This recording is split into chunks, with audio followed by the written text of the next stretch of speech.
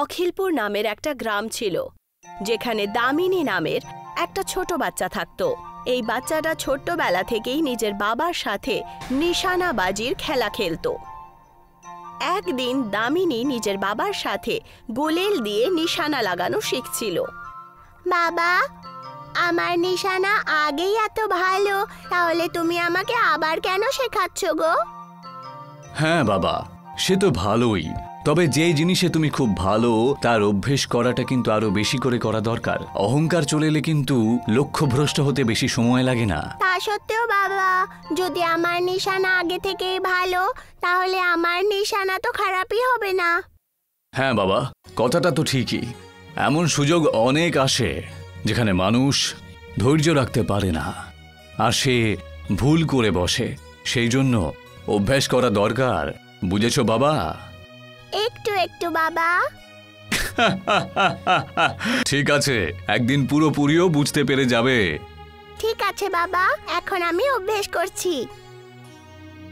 অনেক বছর কেটে গেছিল। এখন দামিনী 60 বছরের হয়ে গেছে।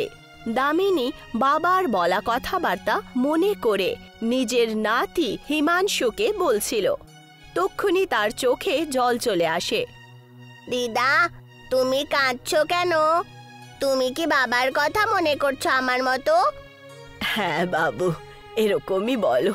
তো আমি বলছিলাম, যেভাবে আমার বাবা আমায় বলেছিল, ওনার মতো যে কোনো জিনিসে তোমার রুচি থাকবে, তাতে তোমাকে পরিশ্রম আর অভ্যেস করতে হবে। হ্যাঁ দিদা। দামিনীর কাছে এখন ব্যাস ওর নাতনি ছিল। হিমাংশুর মা বাবা ওকে দামিনীর কাছে কিছুদিন আগেই ছেড়ে দিয়ে গেছিল। দামিনী নারকেল বিক্রি করত, কিন্তু নারকেলের গাছে ওঠা খুবই মুশকিল হওয়ার কারণে সে নিজের রাইফেল দিয়ে নারিয়েল ভেঙে বিক্রি করত। দিদা, তোমাকে সবাই শুটার দিদা কেন বলে? বাবু, তোমার দিদার নিশানা পুরো গ্রামে সবচেয়ে ভালো। এই বন্দুক দিয়ে রোজ নারকেল ভাঙতে দেখে লোকেরা আমাকে শুটার দিদা বলা শুরু করে দিয়েছে। দিদা, আমাকেও তুমি নিশানা লাগানো শেখাবে কি? ঠিক আছে বাবু, এসো চলো, আমি নারকেল কিভাবে ভাঙি তুমিও দেখো আর শিখে নিও, কিন্তু নিজে ভাঙার জেদ করো না যেন। ঠিক আছে দিদা।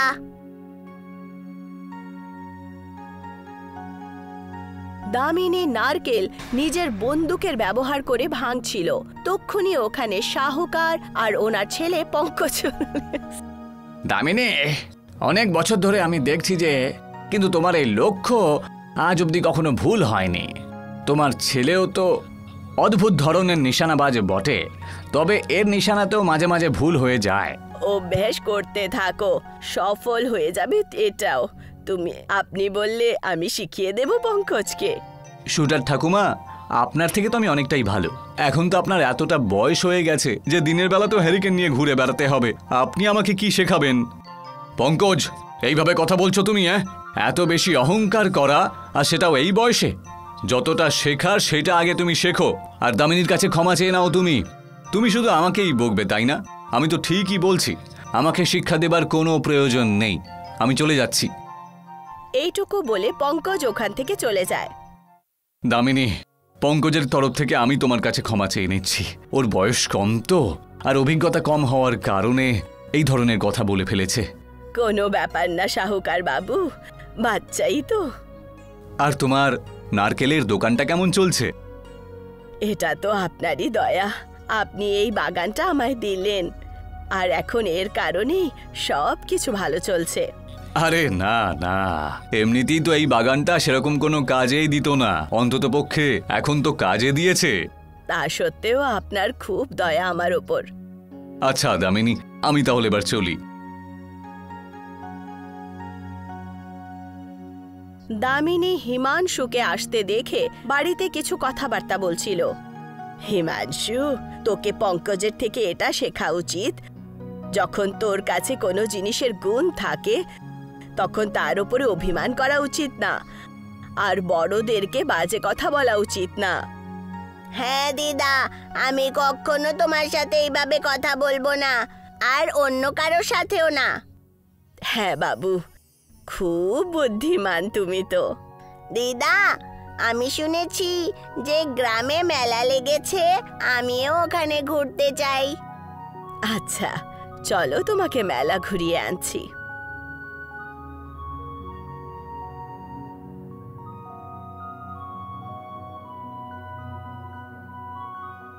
দিদা, ওই দেখো, ওখানে সঠিক নিশানা লাগিয়ে বেলুন ফাটাবো আর পুরস্কারও পাবো। তুমিও খেলো না দিদা? আচ্ছা নিশ্চয়, এসো, তুমিও দেখো শুটার দিদার নিশানা।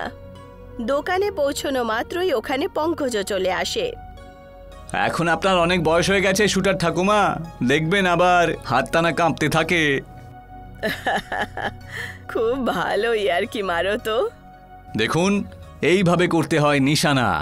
পঙ্কজ 5টার মধ্যে থেকে 4টে বেলুন ফাটিয়ে দেয় আর দামিনীকে একটা অহংকারের মতো হাসি হেসে এরকম বলছিল যেন একে বলে নিশানা লাগানো। বাহ, তোমার নিশানা তো সত্যি খুব ভালো। দাও, এবার আমার পালা। দামিনী দেখতে দেখতেই 5টা বেলুন ফাটিয়ে দেয়। বাহ দিদা, তোমার থেকে ভালো নিশানাবাজ তো কেউ নেই।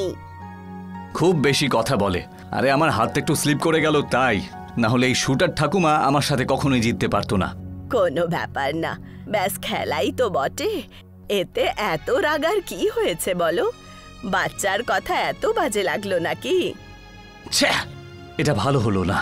এখন তো আমি চলে যাচ্ছি, কিন্তু তুমি আমাকে নিয়ে ঠাট্টা করলে তার দাম তোমাকে দিতেই হবে। দামিনী নিজের পুরস্কারের টাকা নিয়ে নেয় আর ওখান থেকে হিমাংশুকে নিয়ে চলে যায়। পঙ্কজ ওখান থেকে সোজা নিজের বাবার কাছে চলে যায়।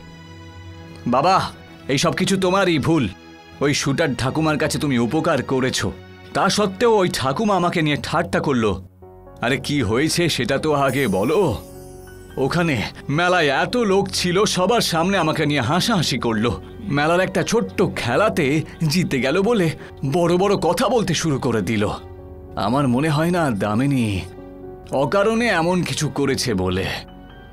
তুমি তো সবসময় ওনাকেই বিশ্বাস করবে। এমনিতেই ওই শুটার ঠাকুমা এই মাসের প্রতিযোগিতাতে জানতে পেরেই যাবে। তাহলে বাবা, প্রতিযোগিতার জন্য ব্যবস্থা করো তুমি, আর অভ্যেস করতে থাকো। অভ্যেস করার জন্য আমার আরও কিছু জিনিস কিনবো, তাই পয়সা লাগবে। তোমার যা ইচ্ছে তুমি তাই করো, তবে জোচ্চুরি করার চেষ্টা করবে না।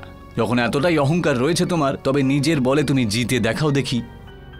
1 সপ্তাহ কেটে গেছিল। দামিনীর বাড়ির দরজায় দামিনী পঙ্কজকে দেখে তাকে ভেতরে ডেকে নেয়। কি হয়েছে পঙ্কজ? প্রতিযোগিতা আসতে চলেছে শুনলাম যে, তার তৈয়ারির জন্য আমার কাছে কিছু শিখতে এসেছো? আরে কিসের শিক্ষা? তোমার থেকে আমি কোনো রকমের শিক্ষা নিতে চাই না, বুঝেছো? আমি শুধু এটা বলতে এসেছি যে এইবারে আপনিও প্রতিযোগিতাতে অংশগ্রহণ করবেন, ব্যাস। সেখানেই বোঝা যাবে যে কার কত দম রয়েছে। কিন্তু আমি কেন অংশ নেব, আর আমি তোমার কথা কেন শুনবো? সেটা এই জন্য, কারণ তুমি যেই বাগানের নারকেলগুলো বিক্রি করো না, সেটা হয়তো বাবা তোমাকে দিয়েছে, কিন্তু ওই জমি যে আমার নামেই রয়েছে। তাও আমি তোমার কথা কেন মানবো? আমি নিজেই শাহুকার বাবুর সাথে কথা বলবো, উনি এর উপায় নিশ্চয়ই বার করবেন। আমি ওটা বিক্রি করে দিয়েছি, তাতে বাবা চাইলে পরেও যেন তোমাকে আর দিতে না পারে। আর আমি সেই পয়সা দিয়ে লোকজনও ডেকে এনেছি। তক্ষুনি কিছু গুন্ডা বাড়ির ভেতরে ঢুকে হিমাংশুকে তুলে নিয়ে যায়। আরে আরে, এটা কি করছো? ছাড়ো ওকে, আমি বলছি ছাড়ো ওকে।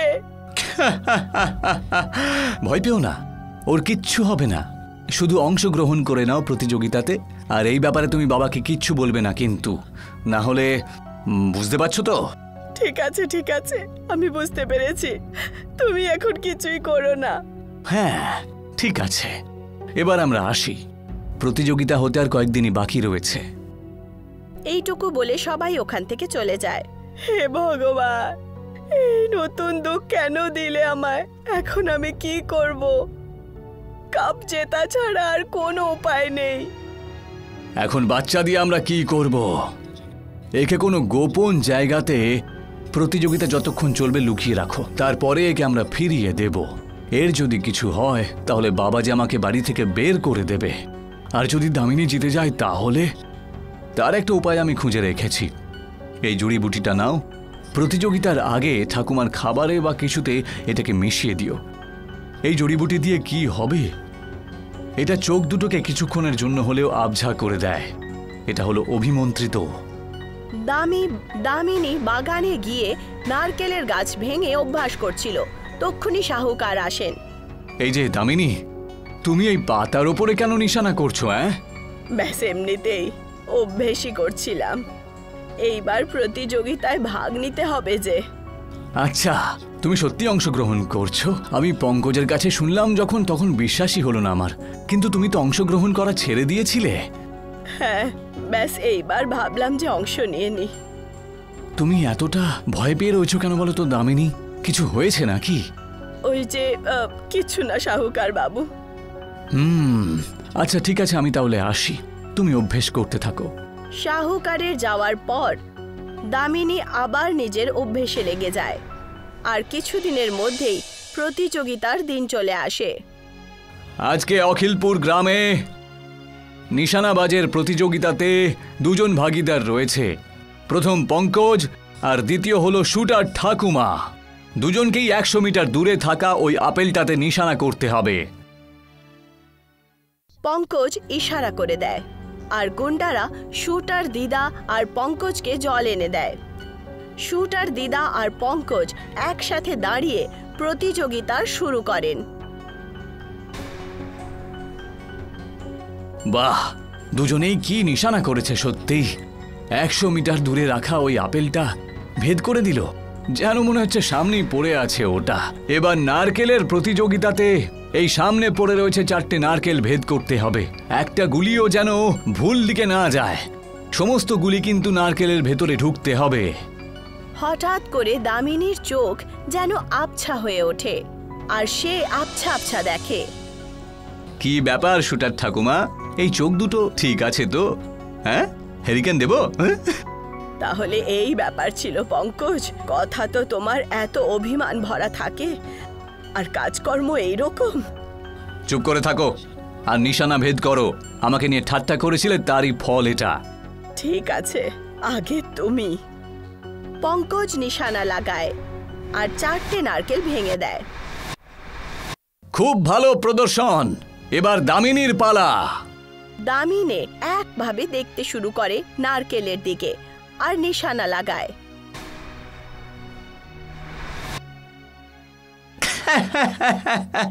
শুধু একটা নারকেলের মধ্যে নিশানা করতে পেরেছে, আর বাকি 3টে তো ভুল জায়গায় গিয়ে লেগেছে। আর লোকজন গ্রামের শুটার ঠাকুমা বলে। আরে ভাই, তোমরা মজাটাও তো একটু ভালো করে করতে পারো। এই দাঁড়াও, বাহ কি প্রদর্শন! তুমি কি বলছো? কিরকম প্রদর্শন? প্রধান মশাই সবাইকে নারকেল দেখায় যে প্রথম গুলির ছেদে 4টে গুলি পার হয়েছে। এটা দেখে সবাই আশ্চর্য হয়ে ওঠে আর খুশি খুশি শুটার দিদার নাম ডাকে। এটা কিন্তু ঠিক হয়নি দামিনী।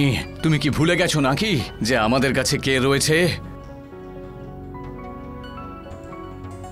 আমি এই জিত স্বীকার করছি না। তক্ষুনি শাহুকার হিমাংশুকে নিয়ে চলে আসেন আর দামিনী নিজের জিত তার নামে করে দিত তার আগেই সে দামিনীর কথাটাকে কেটে দেয়। দাঁড়াও দামিনী, আমি বুঝতেই পেরেছিলাম পঙ্কজ কিছু একটা গন্ডগোল করেছে।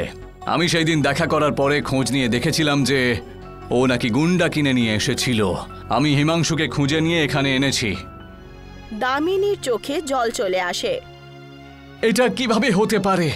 তোমার ওই চোখ দুটো তো জড়িবুটির জলের জন্য আবঝা হয়ে যাওয়া উচিত। তাহলে তুমি এইভাবে নিশানা কি করে করতে পারলে? এসব তুমি কি বলছো? মানে গুন্ডা ডেকে আনার পরেও তুমি শান্তি পাওনি, তারপর এসব করেছো তুমি? এতে আশ্চর্যের কোনো ব্যাপার নেই। নারকেল কোথায় রাখা আছে এটা দেখার পর যদি আমার চোখ পুরোপুরিভাবে বন্ধ হয়ে যেত, তা সত্ত্বেও আমার নিশানা একেবারেই ঠিক হতো। আমি নিজের পুরো জীবন অভ্যেস করেছি, একদম সেইভাবে যেইভাবে আমার বাবা শিখিয়েছিলেন। তুমি এটা বুঝতে পারবে না। তোমার মধ্যে এতটাই অহংকার চলে এসেছে যে তুমি এরকম নোংরা কাজ করলে। আমি তোমাকে আমার সম্পত্তি থেকে বঞ্চিত করলাম। পঙ্কজ রাগের চোটে ওখান থেকে চলে যায় আর শুট আর দিদা একবার আবার প্রমাণ করে দেন যে যতই বড় কেন হয়ে যাও না, যদি সফল হতে চাও তাহলে নিজের গুণকে সব সময় বাড়াতে থাকো।